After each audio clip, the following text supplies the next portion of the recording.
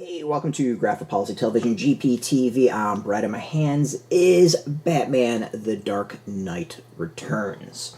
So this is part of the Fanhome Legend of Batman subscription service. And this isn't so much a review about that subscription service, which is kind of borderline mess right now. That'll be a whole other video. Instead, this is really focused on a review of this particular release, but more the story as a whole. So this is a classic, I would say, modern classic, written by Frank Miller, art by Frank Miller, ink by Klaus Janson, color by Lynn, Varley, and lettering by John Costanza.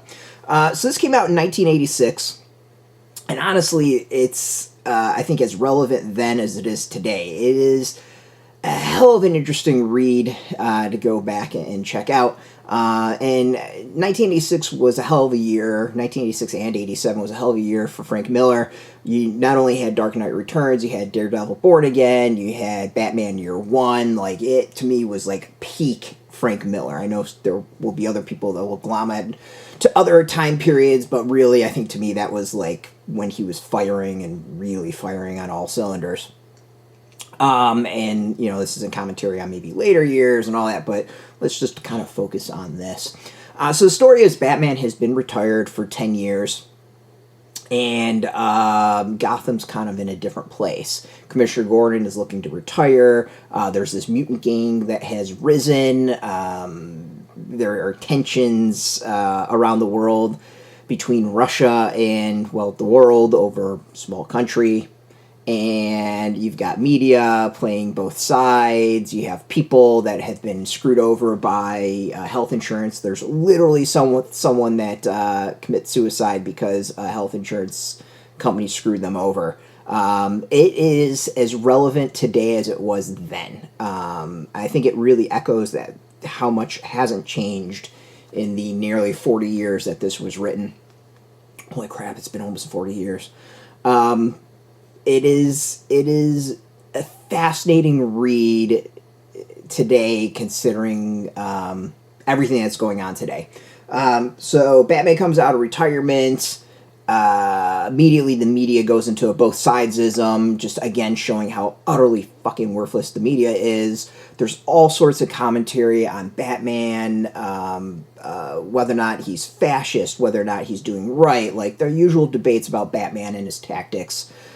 You've got people looking up to him and thinking that he's great. There's others thinking that he's utterly horrible. There's some thinking that he is he's given rise to a lot of these issues. And through it all, it's a really interesting read in that you almost have, I would say, almost like a populist Batman in this case. He really does go and you know, caters to the population to kind of build his support and attempt to bring order to the chaos that's going. It's kind of a fascinating read that way. You have a clash with Superman, who has become a tool of the U.S. government. You've got a mayor who's just wishy-washy, and politicians who have absolutely no spine, kicking tough decisions down the road to civil servants. Batman's return begins with multiple attacks on women.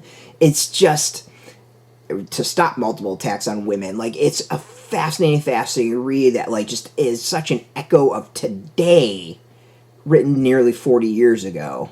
I mean, hell, it probably was written 40 years ago. It was released, what, 39 years ago, or, yeah, 39 years ago.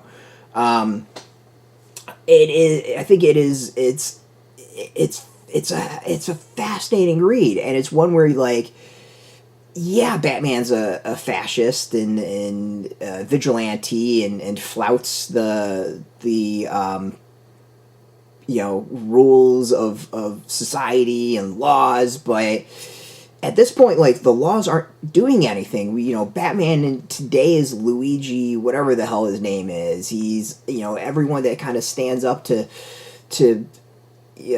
push against the system. It's you know, it's a fascinating read, and I mean, even to the point that you've got a government in this providing support to the mutant gang. I mean, that is even echoes of of what we've seen with pardoning of January 6th supporters, and I'm sure what will be a support and push for the various groups within to make them a small little private army. I mean, it's and there's so much that is in this that it's a repeat. It's amazing of how much history was repeating itself. Because I mean, this was a reflection on the 80s of Thatcherism and Reaganism and everything going on then. I mean, shit, just the fact that like Russia and the U.S. are clashing over a small country is in this and going on today. Like, things just haven't changed. To me, again, this is peak Frank Miller as far as storytelling, art. I mean, it is densely packed with so much in there, so much commentary. It really, the politics are not straightforward. It is very complicated. I mean, there's the perfect example. You have the person who sits there and says, yeah, support the Batman and taking out, all these criminals. Maybe they can go against the gay people next. Like, it's just such a strange mix of politics and thoughts, and I think really just shows how muddled and out there, things were then and they are today. As I said, like, visually, I think, storytelling too, but visually, I think it was awesome, Frank Miller. I know Born Again was with David Mazzucchelli. I'm sure I'm mispronouncing the last name, but like, this was, I think, Frank Miller's art at its best. I mean, there's so much to this that is just, I think, classic, and the silhouette there it's just repeated on and on again, and I think just etched in people's memories, and the Batmobile tank, and to me that's not even like some of the most iconic stuff. I mean, just Batman with this version of Robin is turned into kind of an iconic look and symbol, and Batman on a horse and Batman breaking a rifle. I mean, it's just so much in here that it just has played throughout the years, that has been amazing stuff. I mean, come on, like, that's just such great art and such amazing visuals. And I mean, to me, this goes down as, like, I think one of the best Batman stories ever. It always will be up there, one that you'd recommend over and over and over again. And the sequels to this were not quite as good, but this to me is just, it holds up. I mean, holy crap, does it hold up. The Fanhome edition, I can't compare this to other editions. I think I have mine somewhere buried in boxes, but there's some extras with sketches, and there's a little bit of an introduction in the beginning, not just setting up where Batman is in his life, but also just a little bit of an introduction about where Frank Miller was in his life. So there's a little bit of info on that as well. If you've never read The Dark Knight Returns, go read it. It's absolutely amazing. Whether or not you get the Fanhome edition, you go get some other edition, they're going to read the same. It's a classic for a reason. It's, I think, one of the best, if not the best, Batman story ever. It's just, visuals are amazing. It's been such a while since I read it. Like, to go back and reread it and see how relevant it is today is just, I mean, it's blowing my mind. Frighteningly relevant today. So go check it out.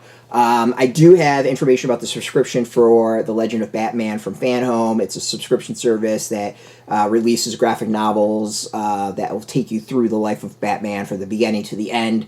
A lot of releases through it. I mean, this is chronological order 119, so there's over 119 graphic novels that will be released in this service.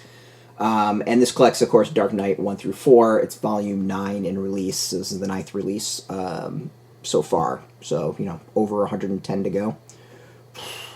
So yeah, you can go do that, or go get another volume of it, different printing of it. This is just amazing as always. Go check it out. as I said, you can go get it with the link with the Fanhome edition below. Of course, I want to thank Fanhome for hooking us up with this review copy. We appreciate it, and thank you all for watching. If you are into comics or graphic novels, check us out every single day at graphicpolicy.com. We're on Twitter, Facebook, YouTube, Tumblr, Instagram, TikTok, Mastodon, Threads, Blue Sky, all at Graphic Policy, keeping it nice and consistent. Until next time, keep reading those comics and keep it geeky.